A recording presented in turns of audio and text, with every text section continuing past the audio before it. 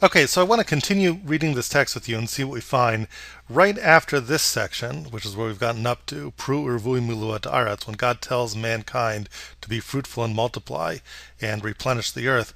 The very next thing that we hear is this command over here in Hebrew, vikivshuha, and conquer it. Conquer, probably a better word than and subdue it, right? Conquer the world, a very militaristic sounding word. When nations make war against others and conquer them, the Hebrew word here will be kovesh.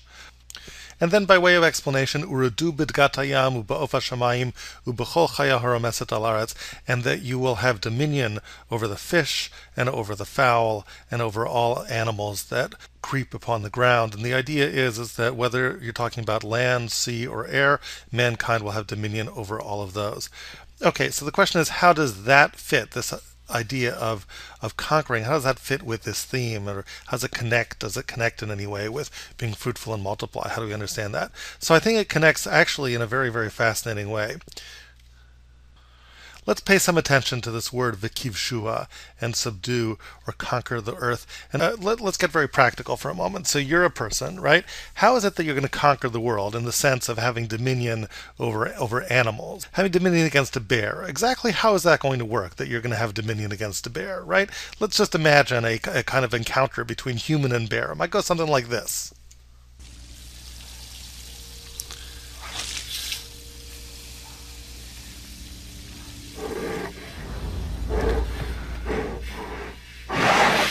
Okay, so imagine you're this guy.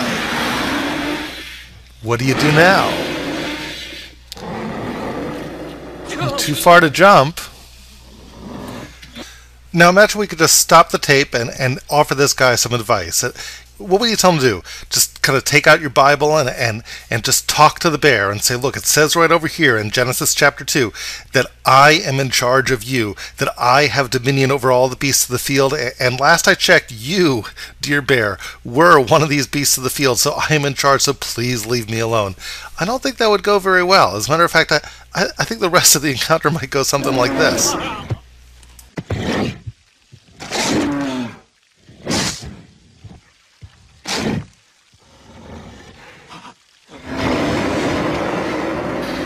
No, it certainly doesn't look very good for our friend Joe the Explorer, but the amazing thing is that over time human beings have managed to put bears in zoos, right? Here's the Bronx Zoo. We have bears in zoos, and bears do not have people in bear zoos. So how did that work? I mean, bears are, are a couple tons, 600-700 pounds. They're huge. There's just a little baby bear over here. And it seems cute from far away, but these things could tear you apart. So in the struggle of man versus bear, actually history has suggested that man has actually won. Mankind has put bears in zoos. How did that work? If the bear is so much stronger than us, how did we actualize this biblical promise? How did we become in charge of bears?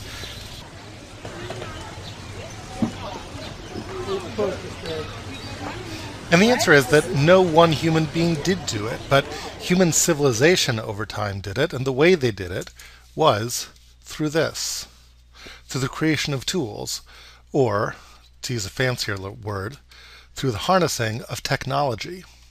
Right? We built things. We built cages, and we built swords, and we built guns and slingshots, and things that would give us the advantage over the rest of the world. It was really technology, it is technology, that gives man the edge. Now, if you think about how technology works, if you think about it, technology really goes back to that idea we talked about before, that idea which we call malacha. Right? Remember, two ingredients of malacha. What is malacha really? That kind of sort of creative work. It involves planning, right? It involves the brain. You think about a plan, but it's not just enough to think about a plan. I can't think about creating a gun and tell the bear, oh, I can think, I'm very smart, I have the capacity, look at my SAT scores, I'm so much smarter than you. No, brain alone is not going to defeat the bear. What it is, it's a merger of brain and hands. Again, hands alone will will not defeat the bear either. I can't go hand to hand against the bear. But so to speak, if I use my brain in conjunction with my actions, with my hands, my brain directing my actions, I can actually mold the world to suit my plans. As a self-aware human being with intelligence and gifted with the ability to act on the basis of that intelligence, I can change the world. I can mold the world to suit my needs. It can start with something very simple, just a bone that I use as a hammer, but then it becomes ultimately 747s and satellites.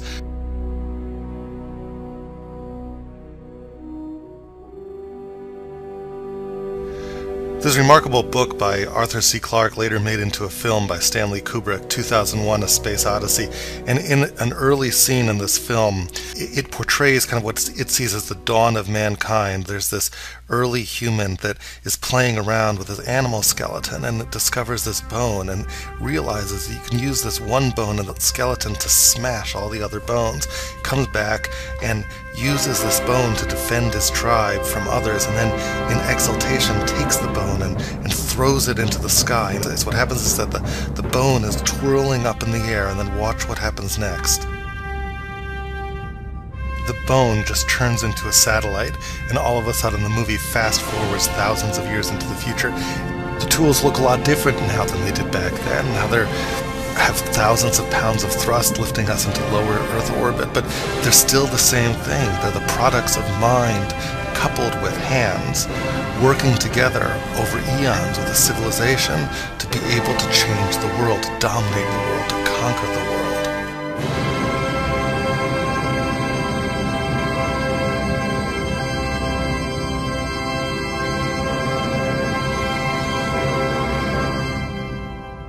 Okay, seeing what we've seen, let's come back to this text. I think a fascinating kind of common denominator emerges here.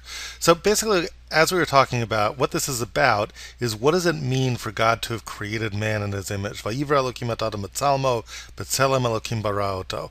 God created man in his image. And then we have this clue over here, like we talked about before. Zachar u'nekeva bara otam. He created them male and female.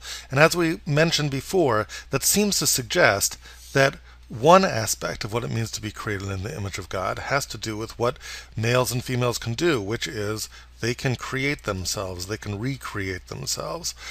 Human beings can create other human beings just as God can create human beings, and that's indeed the next thing, as we mentioned before. Vayivarach otam Elokim v'yomer lehem, pru urvu milu et haaretz, be fruitful and multiply and fill the land. Now, as we talked about before, this command over here, to be fruitful and multiply, is really something that animals do as well, right? Animals are also fruitful and multiply. So how is it that human beings are different than animals? Well, of course human beings procreate and animals procreate, but how humans and animals have children are still kind of different.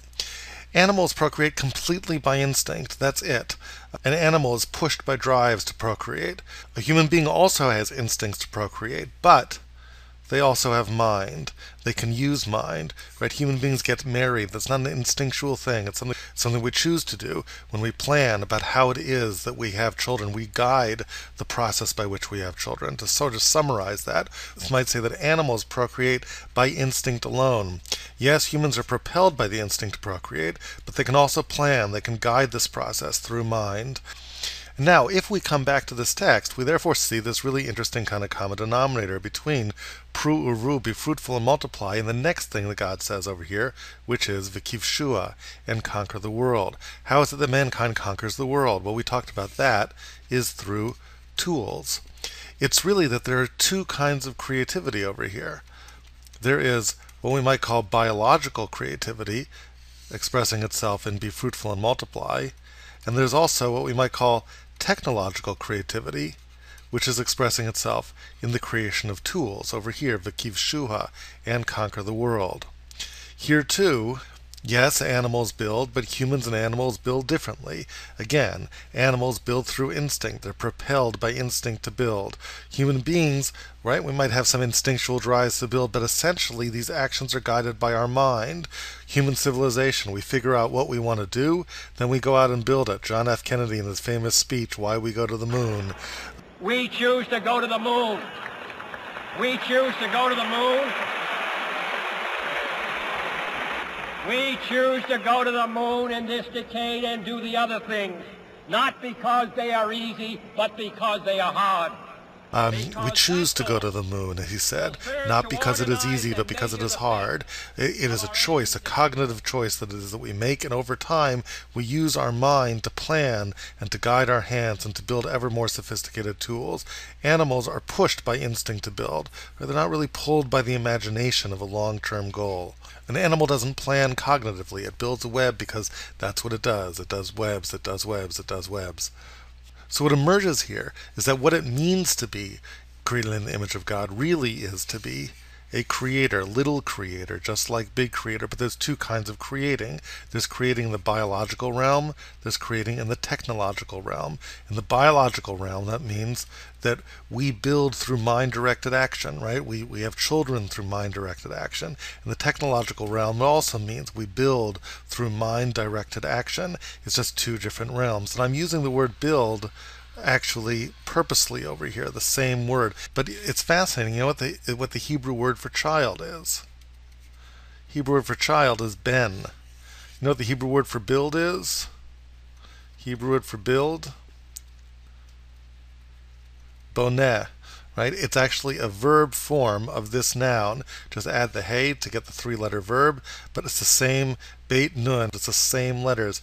Beit and nun over here, beit and nun over here, building and building. A child is how we build in the biological realm.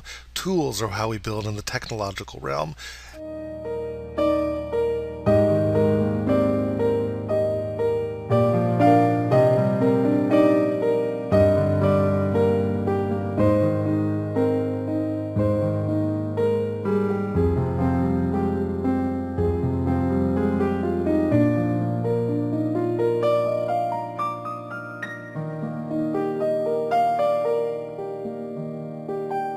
Mankind expresses itself as a creature created in the image of God by doing these things, by creating and creating in the biological and technological worlds.